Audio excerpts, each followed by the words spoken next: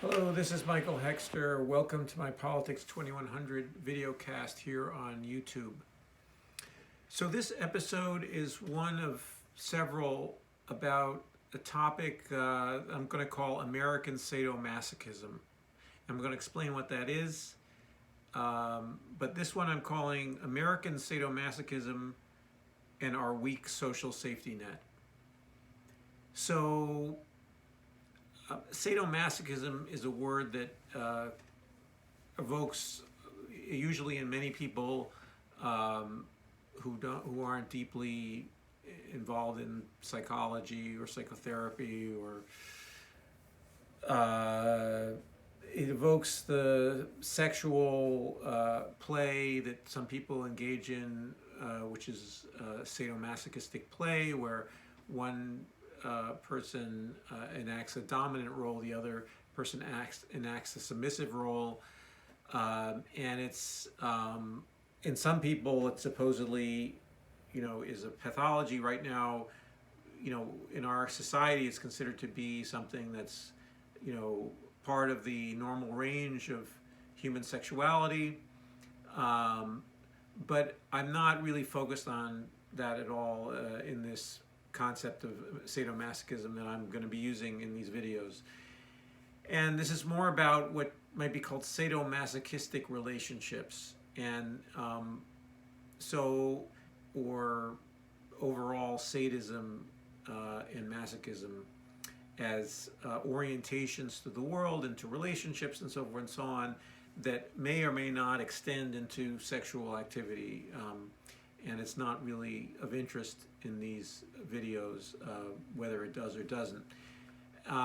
But what I'm using is that there's sadomasochistic relating and relationships is a concept that comes from psychoanalytic discussions of, usually sometimes from the object relation school, but anyway, discussions of what a healthy relationship might be and what isn't a healthy relationship. And a sadomasochistic relationship is not a healthy relationship. It's not a balanced relationship. Again, keeping the whole area of sexuality and of sex play and whatever off the table, but in terms of a global sense of how people relate to each other, a sadomasochistic relationship is kind of a one-way street. So it's not a interactive or mutualistic relationship. It's a relationship where one person acts and the other person is acted upon. So stereotypically a sadist and a masochist, or at least those are the masochist and sadist. The roles could change. In other words, someone could adopt, people can alternate roles in certain contexts. In other words, so one person could be the sadist and the other person could be the masochist, and vice versa. But the sadist is the person who occupies the role of the sadist is always the one who's acting upon the other person, and they act often dominant. They act often in a way that seems maybe narcissistic, maybe grandiose, certainly controlling, certainly also not expecting the masochist to act to return to them in the same way that they are acting upon the masochist. So it's the one-way street. That's the sadomasochistic relating, is that kind of one-way street, and unbalanced roles, non-mutualistic to some degree. Now, diving a little deeper, you can say, well, sometimes the person who is in the quote-unquote masochistic role, let's call it the masochistic role without the scare quotes on it. But anyway, that person may be also feeling as though that they are also in control of the relationship by in some sense drawing upon themselves the aggression, okay, of the sadist, and by keeping the sadist focused on them, they feel like they can modulate and control their own lives and their own relationship, and some feel like they can, quote unquote, save the sadist by direct having them or there's a fantasy certainly sometimes of being able to often sometimes the sadist there may be an alcohol issue, there may be or a drug use issue, and or this is sometimes an abuse. This is almost always an abusive relationship. There's an abuse going on of some kind or another, but leaving aside any formal, legal category of, abuse or but there's something abusive about this kind of relationship. But still, sometimes, the person who is in that masochistic role feels like they are, in a way, going to save this person who is, sometimes in trouble themselves in terms of their drug use or their problems with the law, for instance. This could be something that happens in that context. And so this is kind of very broad categories, and also discussions of this kind of interaction and these kind of roles is a little bit not politically correct, because the idea is that in our current era that there are simply crimes and abuse, but not necessarily a participation, okay, by the people who are being abused in their own abuse, and that it's non-voluntary, they're entirely in a way prisoners, okay, involuntary prisoners of their relationships.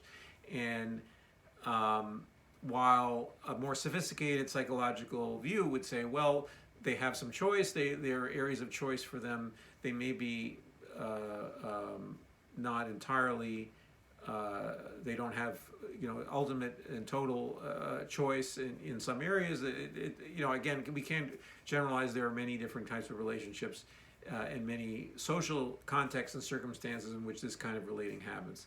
But anyway, so but it's striking to me, so I'm talking about this generally, but the question I've been trying to answer in our politics, in U.S. politics, and also in our political economy overall, in the last couple of years, is to try to characterize how our political system works, and also why it's not addressing the fundamental issues that face Americans. Why is it not? Why are politicians distracted, or always, if not distracted, always not, serving the American people, and especially in my case, with regard to climate change, but also a whole host of issues which I also am passionate about, in, for instance, Medicare for all, or healthcare for all. And so basically this system of or what is the system? What is the motivation for having such a political system? If there, obviously there are multiple motivations, because there are multiple people involved, or multiple actors or groups, and there are lots of very plausible theories. I've advanced some of them myself, and with drawing from the work of other people about, for instance, the donor class essentially as being the central organizing group that has these two different good cop and bad cop political actors, the Democratic and Republican parties, and that they are funding both of them, and they want both of them to play these sort of different roles. They're not necessarily totally scripting the roles, but somehow people are recruited into the American political system as political leaders, and they act in a certain way according to this this system. And and some would say, well, it's just corruption, corruption, corruption, and that definitely holds lots of water.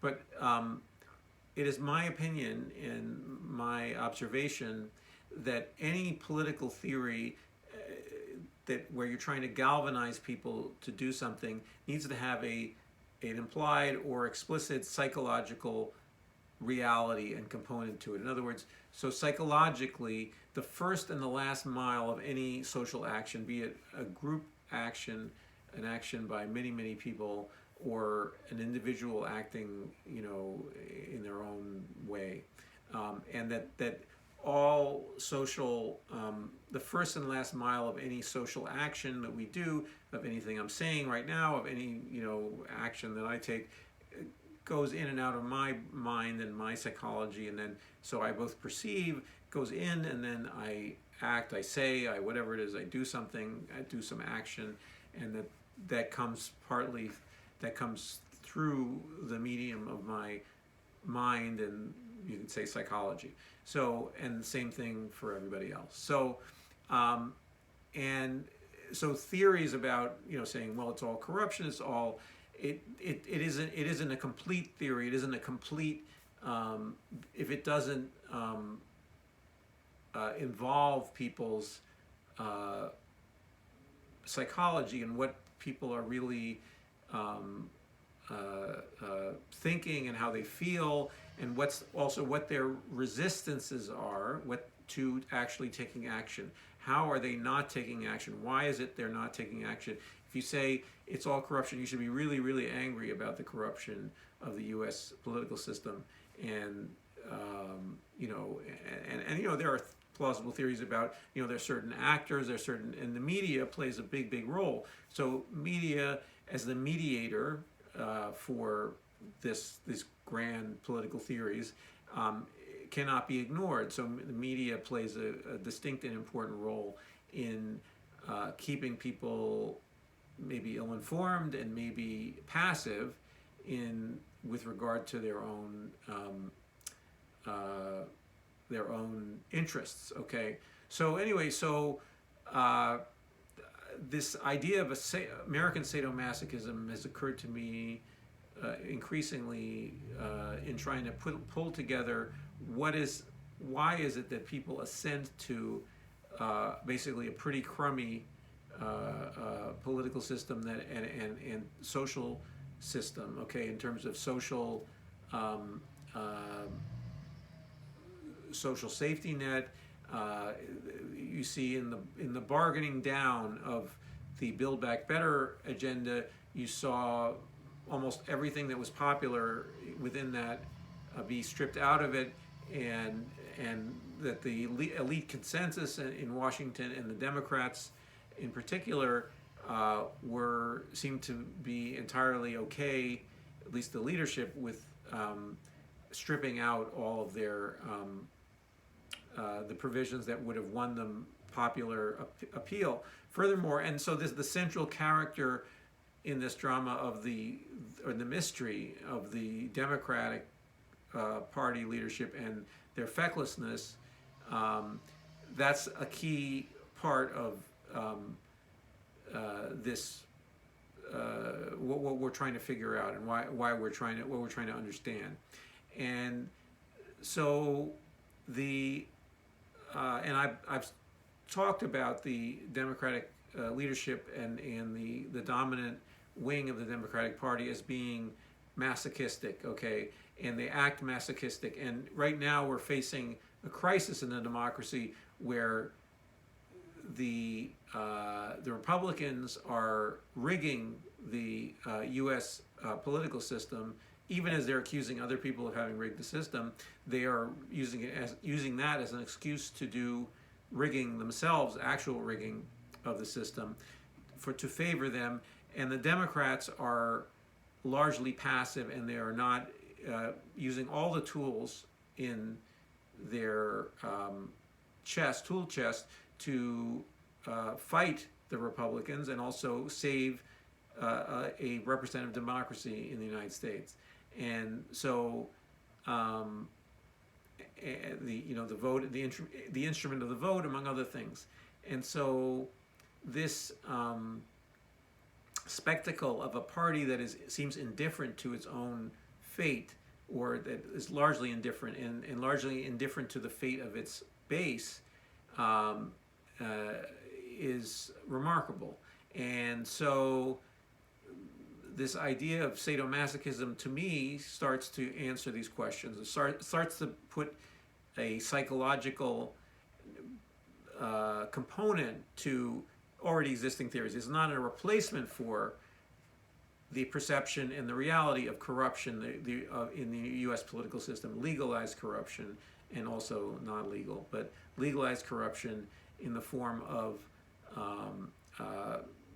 campaign donations and basically politicians, about 90% of politicians in Washington responding almost directly to the commands, essentially, of donors and lobbyists, and who represent big donors. So this system, we're trying to find a component. So how is it that living in such a system that people allow it to happen, allow this, and we can find all kinds of technical reasons for that, and not just technical, but individual political events that basically people have over time. It's this legalized corruption has built and has become more and more entrenched. So it didn't just announce itself one day and then people had a choice between, oh, should we have a corrupt or non-corrupt political system? Should we allow big donors to dictate what happens in the United States or not? There wasn't one point in time. So it happened over a period of time. So you can say people have become inured to the corruption, or they've become frustrated, but also they've given up hope, and in part because there are two parties that participate in that corruption in equal measure and in different ways, but in equal measure, that they are controlled by this donor class, and not, there's a small wings of both parties that are not so much in control of that class at all, but anyway, the leaderships are. So even as we elect our representatives, for instance, progressive local congressperson, their voice becomes then, if you're a Democrat, the Speaker of the House, and the Speaker of the House is Nancy Pelosi, who is one of the prime, exponents or drivers of the legalized corruption in Washington, and certainly is a creature of fundraising and that kind of and politics and corporatist politics. So anyway, so this idea is that these two parties, okay, are really enacting this kind of a sadomasochistic drama, and that drama kind of also calls up in people's own sense of who, what they're entitled to as people, how valuable they are or not, how and there is an attraction in the United States, and this has a long history, to bullying and being bullied, and the role of the bully being the sadist, the sado role, and then the bullied being the masochist role. And so this has become particularly sharp in our politics when we're looking at the two leaders right now of each of the parties. Donald Trump comes across is a sadistic person. He likes to see people squirm. He likes to inflict pain on other people, and furthermore, his base enjoys that. His base is looking for the infliction of pain. In fact, they want to find liberals, quote unquote, to inflict pain upon, or at least in their imaginations, that some action will have inflicted pain on the liberals. Okay, and so this idea is clearly a sadomasochistic one. In other words, the idea that you are getting enjoyment from inflicting pain on other people or imagining in an imaginary way. And so, but alarmingly to me, the Democrats kind of fall in line, and I believe semi-consciously, not just consciously as saying, well, the donors are going to get mad at me if I fight back. That could be, that's there too, but also falling into a role of being the acted upon, the passive recipients of abuse, okay, by the Republican Party, and in some sense this is considered, now this is kind of wrapped around the idea of toughness being some kind of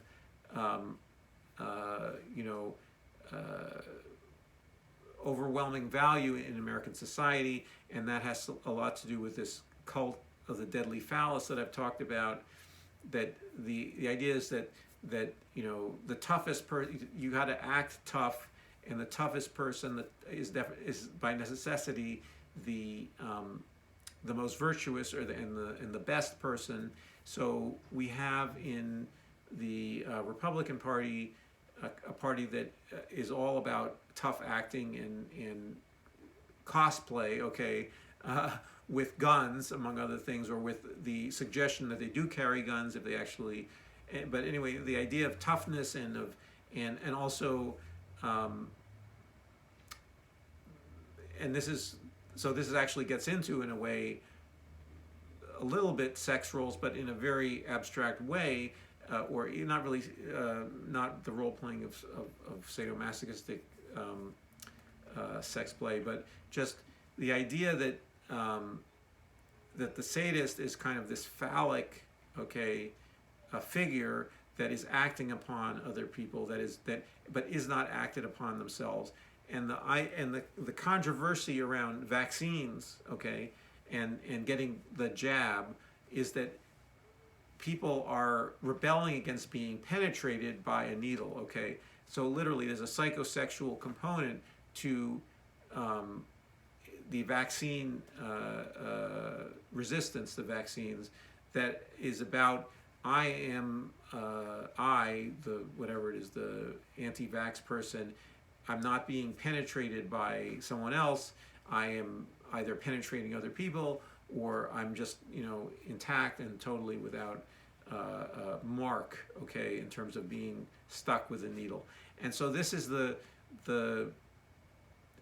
this is in sort of sexual terms or whatever it is, or the, kind of using, bear with me, this kind of abstraction of, penetration and insertion and so forth and so on, and that this is this sort of role of sadist and masochist, transposed to, bodily parts and sex organs, okay, or the imaginary stylization, the abstractions, okay. This is not the actual sex organs, not actual sex. It's about the abstract ideas, okay, that people have that are based on these ideas. So anyway, this is getting to be very abstract and at the same time very primitive and very basic, okay. But anyway, so the alarming thing to me is that these Democrats have played along and have basically seemed to almost give up, okay, in terms of their struggle to fight for their own survival and also the survival of American democracy. So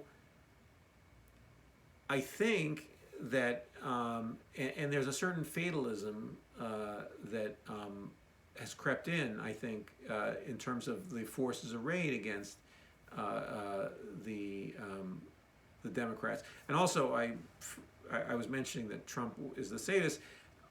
Joe Biden comes across to me as the sort of the fall guy, or the kind of, he acts tough, but he's, in some context, but he he's more all of his pathetic reaching out to Republicans comes across to me as masochistic. Okay, and he also, he has certain vulnerabilities. I mean, so does Trump. They're both elderly men. But it seems as though Biden is trading upon whoever they are as people. He's trading upon this sort of idea of being this guy who compromises with, with other people, and who is more not this assertive, let's call it phallic, leader, and who has a plan, is driving forward with the plan. I mean, he had a plan, the Build Back Better plan, but then he basically just sort of it was lethargically implemented, and he strew his own path with barriers, like, for instance, dividing up the two bills, the reconciliation package and the bipartisan infrastructure bill. So he created all kinds of roadblocks for himself, and defeated himself. So and we're now reaping the consequences of this. Also hesitating. There's unilateral executive actions he hasn't taken. Canceling student debt, expanding the Supreme Court. All things that he are within his power, he has refused to do. And so all of this paints a picture of someone who is, to me, playing somewhat of a masochistic role, okay, and I think, though, and this is getting, maybe this needs to be put in the next video, but we have in our culture also, I think, both an admiration for the sadist and an encouragement of a sadistic form of culture, but at the same time, there's a lot of, in balance, a masochistic side. In other words, that people feel like that,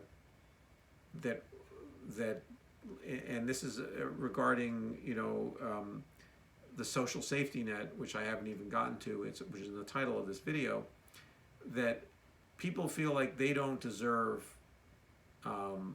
the help of the state and the help of social programs, and there are all kinds of messages that are sent to them that they need to be means tested, they need to be shown to be worthy, and there's a long tradition in the United States of exactly this form of social program that is means tested, or that somehow is very restricted, okay, and but the overall message in, I think, American culture is that people are not entitled to some basic social supports, that they're not, and this is not like other countries, okay? In other countries, there is a sense of entitlement that they have to support and help, and they're in the right wing here in the United States. They have a justification that this is about, you're going to become soft, that these countries are soft, they're not hard and tough, they are not creative and generative like our capitalists are here in the United States.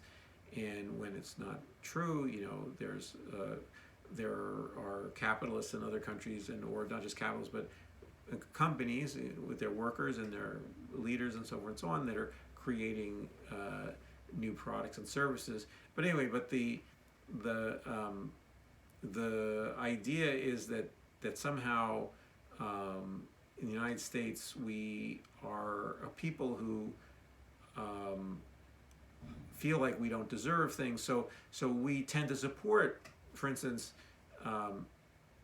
Biden over Bernie Sanders, or at least the Democratic base did. So there's been an inculcation of a sense that you have to earn every single program. You know, there's no basis of common, you could call them entitled or you know, rights. Okay, that are basic human rights that you deserve no matter who you are. Okay, and that idea is anathema to the idea that we are constantly trying to prove ourselves. And this gets to another area which I think I need to leave to another video about masochistic ideas about working, and about also about working out, literally, you know, in terms of the culture of physical fitness in our country. But anyway, so the thesis then, again, just to summarize, is that, you know, in the United States we have a particularly strong sadomasochistic culture that admires the role of this sadistic person who is acting upon others without being acted upon, penetrating others without being penetrated themselves, in some sense non-responsive to other people. In other words, they are simply acting without getting the feedback from other people saying, well, they say, well, we want Medicare for all, saying, well, no, you're going to get X, Y, and Z. You're not going to get that because I'm a tough guy, okay? I being the leader. So, so anyway, and we have a long history. You know, we can talk about the fetish of guns and gun violence and imperialism and U.S. imperialism and U.S. Militarism in the world. To me, it conforms very closely to this idea that we're acting on others without being acted upon, that we need to strike at them before, or you know, without being struck ourselves, and that we are at the same time internally there is a culture of masochistic self-denial, masochistic starving oneself of certain basic supports, or, you know, allowing some people to have that if they quote unquote have earned it in some form or other. And so that people attempt to then aspire to this class of people who are supposed to have earned. I mean, some of them are heirs and they've inherited it from you know, their parents and so forth and so on. But the idea is that there's a class of people that are just happen to be wealthy, and therefore it's a just world hypothesis. In other words, that the just world hypothesis says that, you know, the world is just, you know, everyone gets their just desserts. So if someone is rich, they deserve to be rich. They deserve to be rich. So anyway, so I just wanted to open this topic up. This and it's a very general topic, but it I think has resonance. It can be drilled down to very minute parts of our, you know, psychological and social and political reality in the United States. It doesn't explain everything. It doesn't negate, you know, the good cop, bad cop game, the corruption of our political system, but it also, I think it adds something to those. So if you like this, what I've been talking about today, please like this video, and if you have any reactions to this admittedly kind of weird theory, or maybe it's very banal theory, but anyway, just let me know in the comments. And if you're liking the content of Politics 2100, please subscribe to the channel. Thanks.